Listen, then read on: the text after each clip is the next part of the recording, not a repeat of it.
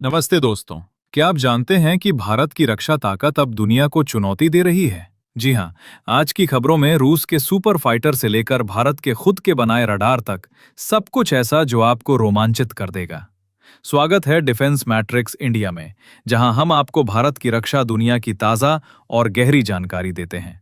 अगर आपको ये अपडेट्स पसंद आते हैं तो चैनल को सब्सक्राइब करें और बेल आइकन दबाएं ताकि हम और बेहतर कंटेंट ला सकें। चलिए शुरू करते हैं आज की पहली बड़ी खबर से, जो कि SU-57 और AMCA से जुड़ी है। इंडियन एयरफोर्स अब SU-57E और AMCA जैसे एडवांस्ड फाइटर जेट्स पर नजर रखे हुए हैं। नासिक का प्लांट को 5 जनरेशन हब बनाने की तैयारी चल रही है। यह न्यूज बहुत इंपॉर्टेंट है क्योंकि रशिया ने इंडिया को SU-57E स्टेल्थ फाइटर के एक्सपोर्ट वर्जन के लिए प्रपोजल दिया है। नासिक में हिंदुस्तान एरोनॉटिक्स लिमिटेड का प्लांट फाइटर जेट प्रोड्यूस करने का हब बन सकता है, जिसमें इंडिया और रशिया मिलकर 5th जनरेशन टेक्नोलॉजी डेवलप करेंगे। SU-57E में एडवांस्ड रेडर, स्टेल्थ फीचर्स और पावरफुल इंजन्स हैं, जो IAF की ताकत बढ़ाएंगे।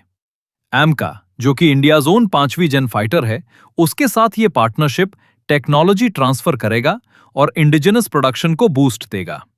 इससे इंडिया का एयर डिफेंस और ज्यादा मजबूत हो जाएगा पाकिस्तान के थ्रेट्स के अगेंस्ट। तो दोस्तों, अब बात करते हैं अगली बड़ी खबर की, जो कि IL-276 से जुड़ी है। रशिया और HAL की पार्टनरशिप में IL-276 ट्रांसपोर्ट एयरक्राफ्ट वापस गेम में आ गया है। ये IAF के MTA टेंडर के लिए तैयार हो रहा है, लेकिन FADEC इंजन की अनसर्टेनिटी अभी भी है। IL-276 एक जॉइंट प्रोजेक्ट है जिसमें रशिया की इल्यूशन कंपनी और इंडियाज HAL मिलकर काम कर रहे हैं। 12 से 14 टन IL-276 कार्गो कैरी कर सकता है और IAF के पुराने AN-32 को रिप्लेस करेगा।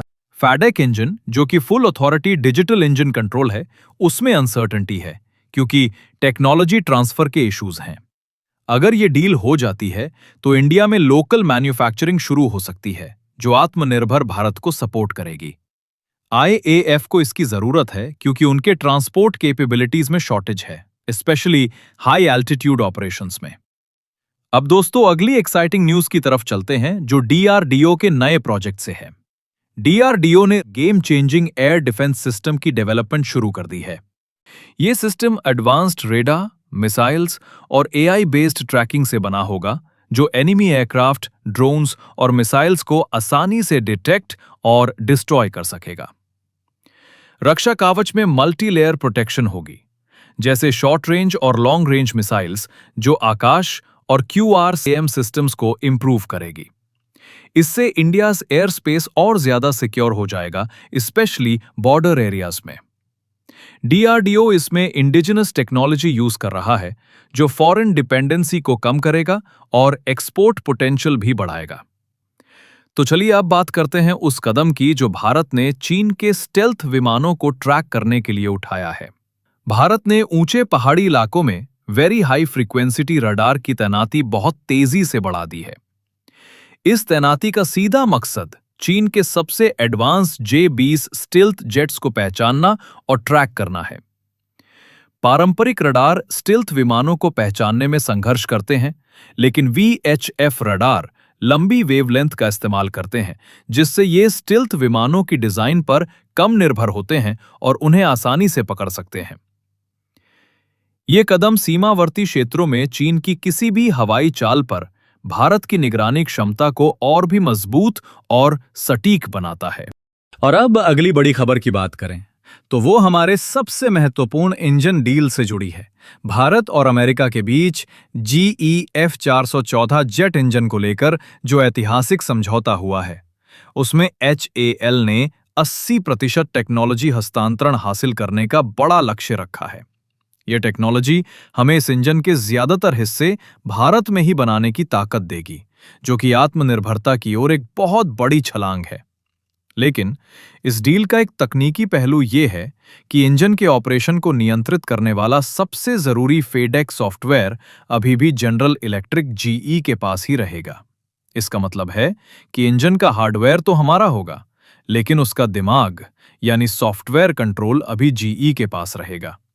ये इंजन हमारे स्वदेशी LCA Mark II और AMCA विमानों को पावर देगा। तो दोस्तों अब बात करते हैं भारतीय वायुसेना की सबसे बड़ी जरूरत की। भारतीय वायुसेना इस समय अपने पुराने हो चुके परिवहन बेड़े के कारण एयरलिफ्ट संकट का सामना कर रही है, यानी सामान और सैनिकों को तेजी से एक जगह से दूसरी जगह ले जाने में दिक्कत आ रही है। इस कमी को दूर करने के लिए रक्षा मंत्रालय जल्द ही 80 मीडियम ट्रांसपोर्ट एयरक्राफ्ट (MTA) के लिए एक बड़ा टेंडर जारी करने की तैयारी में है। ये टेंडर ग्लोबल कंपनीज को इनवाइट करेगा, जैसे एयरबस C295 या Embraer C390, Lockheed Martin C130J और यूक्रेन की एंटोनोव N178 विमान के साथ इस टेंडर में शामिल है। इन नए विमानों के आने से IAF की दुर्गम और दूर दराज के इलाकों में भारी साजो सामान और सैनिकों को पहुंचाने की क्षमता कई गुना बढ़ जाएगी, जो हमारी सीमाओं की सुरक्षा के लिए बहुत जरूरी है। तो दोस्तों अब बात करते हैं हमारे पड़ोसी देश पाकिस्तान के डिफेंस हालात की। पाकिस्तान अपनी रॉकेट फोर्स की क्षमता को बढ़ाने पर बहुत जोर दे रहा है। हालांकि रक्षा विशेषज्ञों का मानना है कि ये महत्वाकांक्षा पाकिस्तान की पहले से ही आर्थिक तंगी और पुराने हो चुके बेड़े से जूझ रही एयरफोर्स पर और भी बड़ा वित्तीय बोझ डाल रही है। इस असंतुलित निवेश से पाकिस्तान की पारंपरिक हवाई युद्ध क्षमता और कमजोर होती जा रही है, क्योंकि सारा पैसा मिसाइल प्रोग्राम में लग रहा है। ये उसकी समग्र रक्षा रणनीति में एक गंभीर कमजोरी पैदा कर रहा है। तो चलिए अब बात करते हैं आज की आखिरी खबर की, जो कि भारत के महत्वाकांक्षी P-76 सबमरीन प्रोग्राम से जुड़ी है, जो हमारी नौसेना को मजबूत बनाने का बड़ा कदम है। ये प्रोजेक्ट 6 उन्नत डीजल इलेक्ट्रिक सबमरीन बनाने का है, जो पूरी तरह स्वदेशी तकनीक पर आधारित होंगी। इसका लक्ष्य है 30 सबमरीन की मजबूत फ्लीट तैयार करना, जो हिंद महासागर में हमारी रक्षा को अटूट बनाए। P-76 में AIP air independent propulsion system होगा, जो सबमरीन को लंबे समय तक पानी के नीचे रहने की क्षमता देगा। DRDO और नेवल ग्रुप की साझेदारी से ये प्रोजेक्ट आत्मनिर्भर भारत का प्रतीक बनेगा। इससे हम पाकिस्तान और चीन की चुनौतियों का मुकाबला करेंगे और समुद्री सीमाओं पर वर्चस्व स्थापित करेंगे। ये प्रोग्राम न सिर्फ रोजगार पैदा करेगा, बल्कि भारत को सबमरीन निर्यातक देश बनाएगा।